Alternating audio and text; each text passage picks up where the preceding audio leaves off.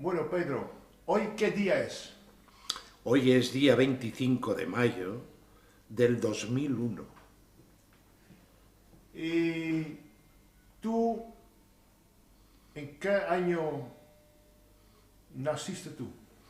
Yo nací el 15 de abril del 1928. ¿En qué pueblo naciste, Pedro?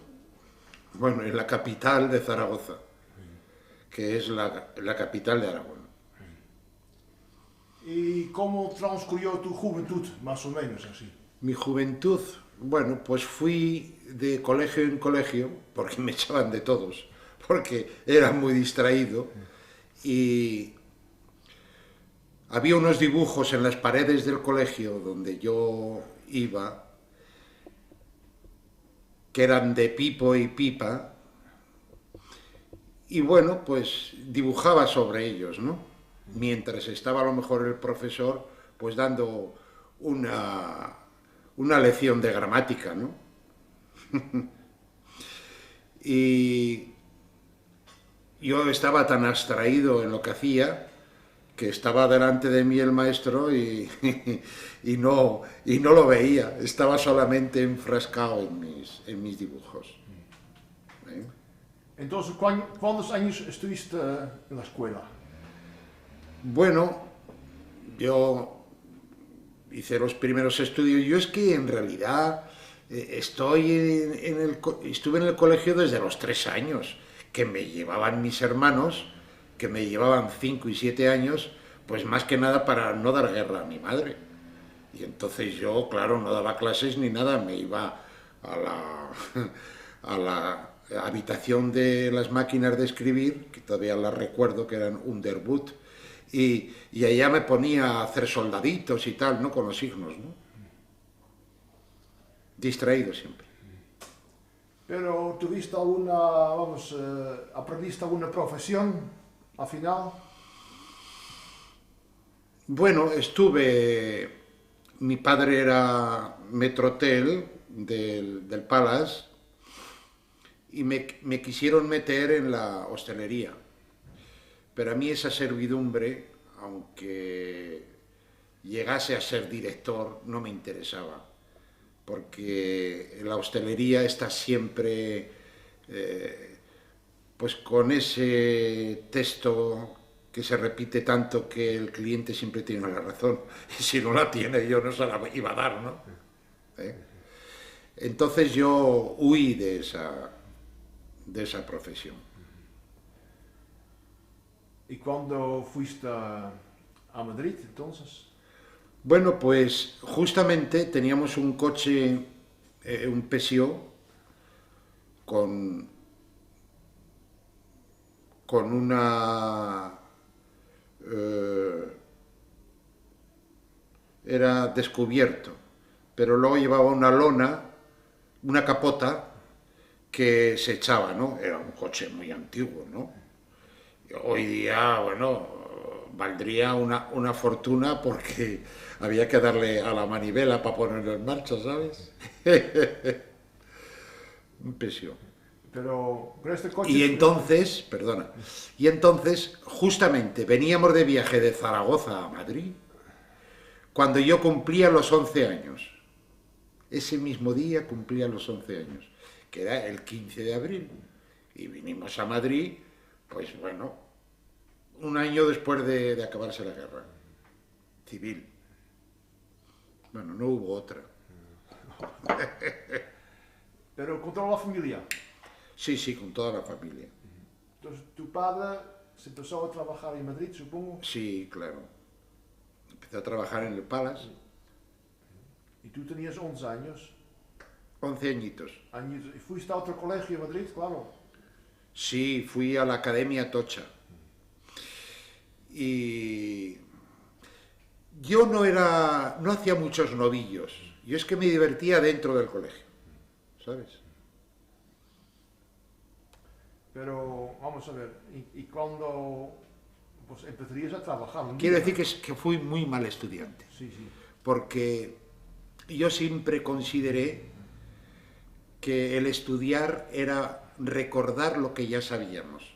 Entonces dije yo, bueno, pues ya tendré tiempo de releer lo que yo ya sé, ¿no? Bueno, entonces, ¿cuándo te echaron definitivamente del colegio? De los colegios me echaban muy a menudo porque era muy rebelde, ¿entiendes? Y claro, pues era un problema para los profesores. Lo que ocurre es que alguno que no tenía mucho alumnado, pues por intereses económicos me transigían más, ¿no? Porque era de pago, claro. Luego estuve en los Escolapios, eso fue en Zaragoza, ¿eh? No aquí en Madrid.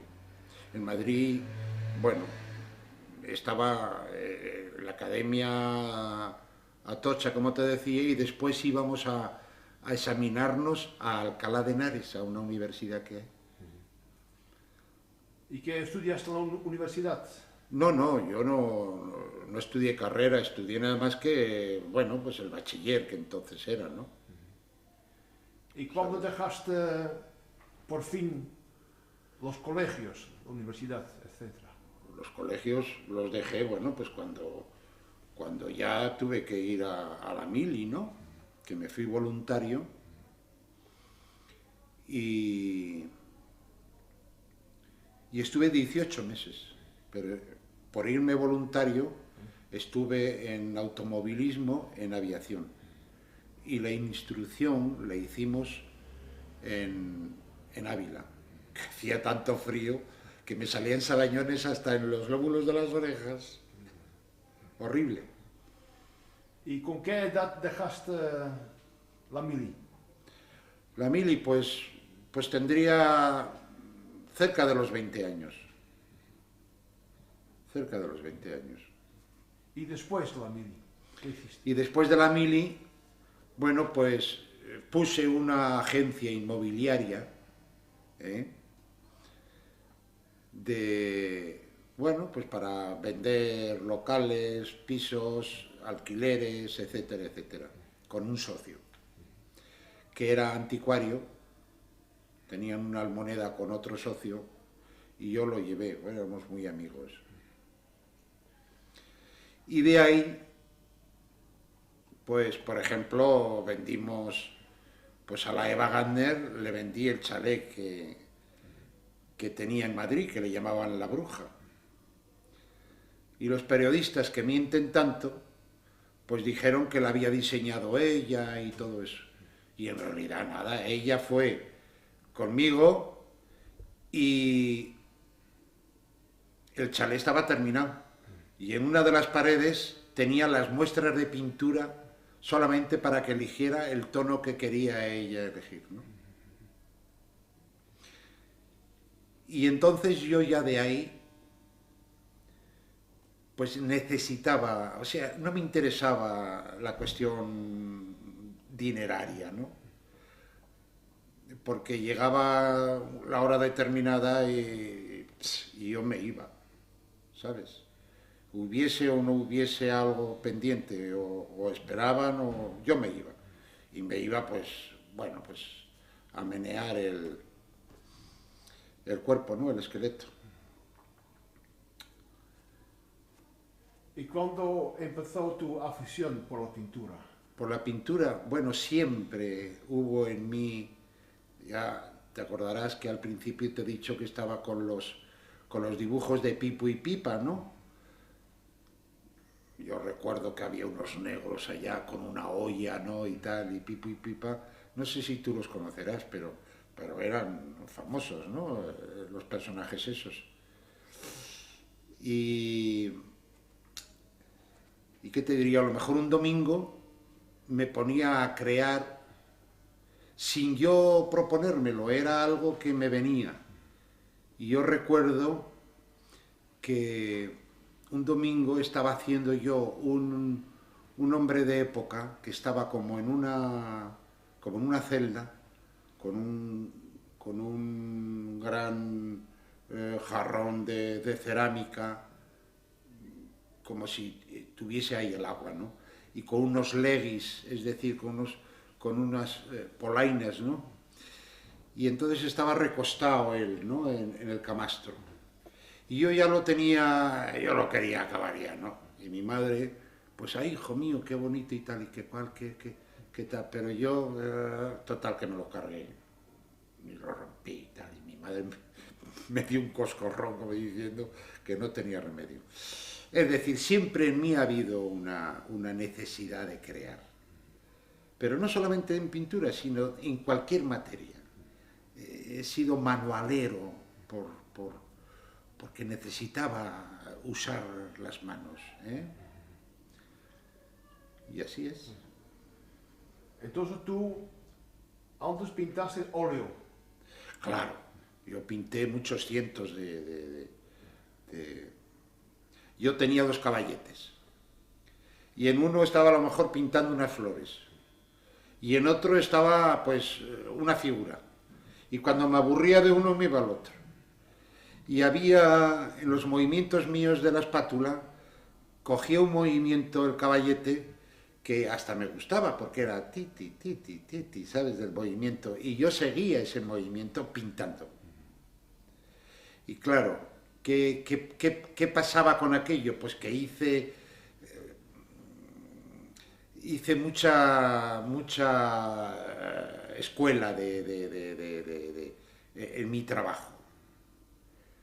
Quiero decirte escuela que, que tenía el oficio muy metido en mí, porque ya te digo que trabajaba en 2 a la vez. Cuando me aburría de uno porque tal y cual me iba al otro. Y automáticamente después lo veía con ojos nuevos. Y así pues iba trabajando. Eso fue la faceta de mi trabajo al óleo. Bueno, ¿y cómo entró la pintura púnica en tu vida? ¿Cómo entró? Bueno, porque hubo un ruso blanco que regaló al caudillo, entonces Franco, le regaló una colección de iconos. Y entonces alguno estaba deteriorado. Y el restaurador, que era ruso también, pues me llevó de aprendiz con él. Y él, en las conversaciones privadas que tenía conmigo, me decía que la cera púnica, que es el nombre, porque la pintura púnica se le da ese apelativo de pintura púnica más que nada para que la gente no trastoque al decir cera, que no vean una vela o no vean unas barras de pastel que hay, ¿no? Y para que la gente se libere de esa unidad, porque al tener un desconocimiento de lo que es la cera púnica, pues lo llevan sin proponérselo a ver una vela, a ver, como te decía yo, ¿no? Por el hecho de decir cera. O una mujer que se está quitando los pelos de las piernas con cera, ¿no? Es decir, esa es la cuestión, ¿no? Y entonces a mí me decía este maestro que era muy interesante el poder redescubrir la cera púnica. ¿El por qué? Porque hasta esa época, aunque había existido, porque había muchos testigos y obras que perduraban, pues tenían unas virtudes que no las tiene ninguna técnica conocida. Es decir, es su fuerza visual, su color, su longevidad en el tiempo, sin que amarille como le pasa al óleo, porque el aceite que lleva el óleo, por eso se llama óleo claro, no se seca por evaporación, sino por oxidación, y está permanentemente como un cáncer perjudicando a la pintura. Es decir, los maestros antiguos, como sabían eso, pues procuraban dar el mínimo de aceite, pero claro, tenían que poner algo de aceite, puesto que era óleo con lo que trabajaban, pero lo eliminaban al máximo, ¿eh? Y luego, claro, con combinaciones con algún barniz, ¿sabes? Con algún bálsamo, etcétera. Y lo bueno que tiene para mí es que ya todo un cuadro de los míos no es plagiable. Vamos, el tema sí, pero en ningún caso pueden copiarlo con esta técnica que es completamente inédita. Y entonces cualquier niño de 11, 12 años, pues se le pondría el que ha sido copia y el genuino y no tendría ninguna duda de decir, no, este es el que han copiado, porque es así, ¿eh? O sea, el tema sí porque si pones una dama, como por ejemplo esa que está ahí, pues que está ofreciéndose a los 4 elementos, pues ese tema lo pueden hacer en óleo, en acuarela o en cualquier otra técnica, pero en ningún caso con esta técnica de la cera púnica. Y yo entonces arremetí contra ella, bueno, digo contra ella porque yo tuve cientos y miles de pruebas que abocaban todas en el fracaso. Pero un día tuve una serie de errores que son las que me llevaron al feliz encuentro. Porque no tiene una racionalidad, es irracional. Por eso yo no había probado esa forma, ¿sabes? Bueno, Pedro, vamos a ver. Entonces, ¿cómo sabías tú que la pintura púnica, independientemente que te dijo tu maestro, ¿no?, existía, que era una cosa así? Sí, mira, hay un profesor alemán que ya falleció, que se llamaba Max Dörner, erudito investigador del que hoy lleva su nombre el Instituto de Investigaciones en Técnicas Pictóricas de Múnich, dijo: pintores de todos los tiempos han perseguido el arcano de la pintura púnica por sus cualidades singulares de excepción, pero siempre abocaron en el fracaso. Consideraba tan difícil el reencontrarla que podría definirse como quimérica. ¿Eh?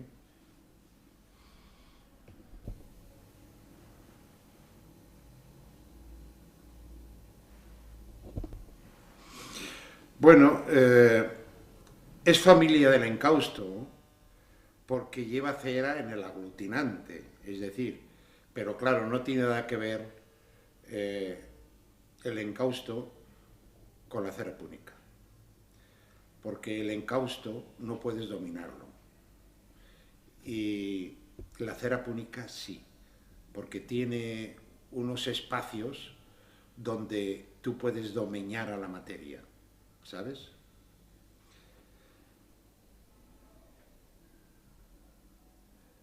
¿Ves? Dice, las calidades ópticas de la materia y su longevidad extrema, entre otras virtudes, sin parangón. Es decir, es que no hay ninguna técnica que se le puede comparar.